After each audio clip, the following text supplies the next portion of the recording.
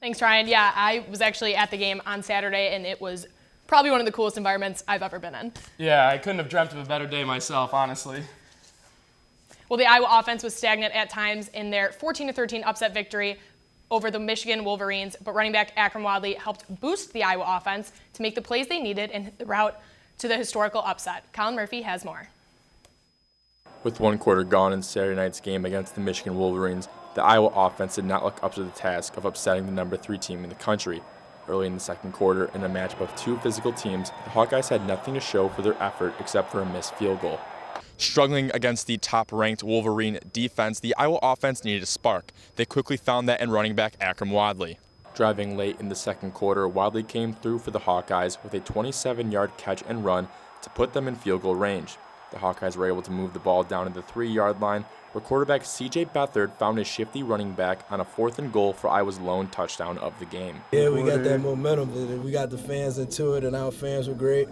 And once we got that, we just needed to make it a sticky game. He's a great back, really elusive. He turns 3-yard runs into big plays, especially in tight spaces, which is crazy. Yeah, and he came up with a lot of big plays, and Akram's a slippery guy. He's got good feel. Wadley continued to shift through the Michigan defense in the second half, with multiple plays of 10-plus yards to help keep the Hawkeyes close to the Wolverines. Down 2 late in the game, Wadley went for another 10-yard catch and run to help put the Hawkeyes in field goal range. Wadley's gain was one of a couple key plays on the final drive of the game that helped set up the game-winning field goal for the Hawkeyes. With 3 seconds left in the game, freshman walk-on Keith Duncan lined up his kick, and the rest is history. Biggest upset in Kinnick Stadium since 1985 complete. To his credit, just the way he practices, the way he's bounced back, and just keeps on going. And I guess you can call that a pressure moment right there. They take the time out, all that stuff. But his mindset was right, and did a great job there. The electricity in Kinnick that day in '85 was a late kickoff. It was special, just like tonight. So, and both teams, both years, '85 and this one, both teams really competed tooth and nail. Shifting through the Michigan defense, Wadley piled up over 150 yards of total offense to go along with his lone receiving touchdown, helping the Iowa offense pull off this massive upset. Reporting from Kinnick Stadium, this has been Colin Murphy, Daily Iowan TV Sports. Yeah, not only the offense played phenomenal, but the defense was definitely on their game. I think they only held Michigan to only 201 total yards, which is phenomenal. Yeah, it was a really great performance on the defense, and Akram Wadley had 73% of the offense for the Hawkeyes. So after his performance on Saturday, Wadley was named the Rose Bowl Game Big Ten Player of the Week, and 3 other Hawkeyes were recognized after Saturday's game as well. That's right. Defensive back Manny Rugamba was named Big Ten Co-Freshman of the Week. Keith Duncan was named Big Ten Special Teams Player of the Week. And senior defensive tackle Julio Johnson was named Defensive Player of the Week.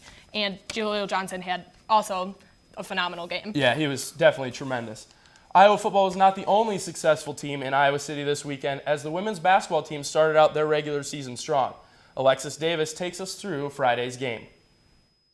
Iowa women's basketball came out really strong in the first half on Friday night against Oral Roberts. In the first half, they did struggle a little bit when there was an emergency exit and the whole arena had to flee.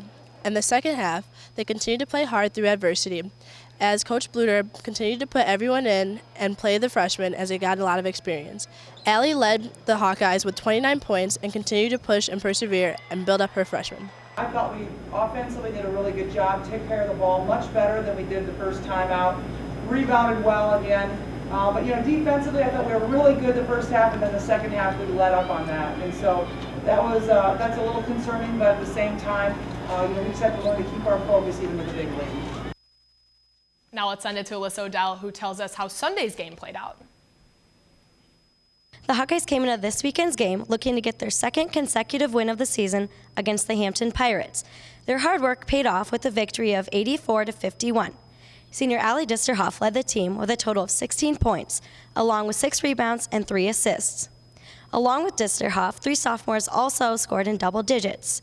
With the depth this team has, it will be interesting to see where the season goes, especially considering the team still has improvements for their 3-point shots. I believe, we maybe haven't shown that we're a good 3-point shooting team yet, but we are. I see it in practice. I have tremendous belief in our 3-point shooters, so I know they're going to come through. The Hawkeyes are back in action on Wednesday as they take on North Dakota. Reporting from Carver Hawkeye Arena, this has been Alyssa Odell. Back to you guys at the studio. The team will be back home this Saturday to face off Massachusetts at 12:30.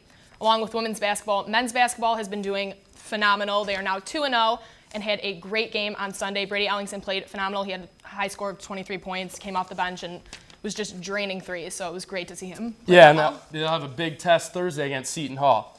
Well, we all want to continue playing sports after high school, and sometimes it just doesn't happen for some athletes. But there's a team here at Iowa that is making it happen. Taylor Brooks takes a trip to the diving well for more. No one wants to stop doing what they love, and that stays true for the women who are a part of the water polo club team here at Iowa. I was a big swimmer in high school. I actually didn't really play water polo in high school that much. I played like 1 year.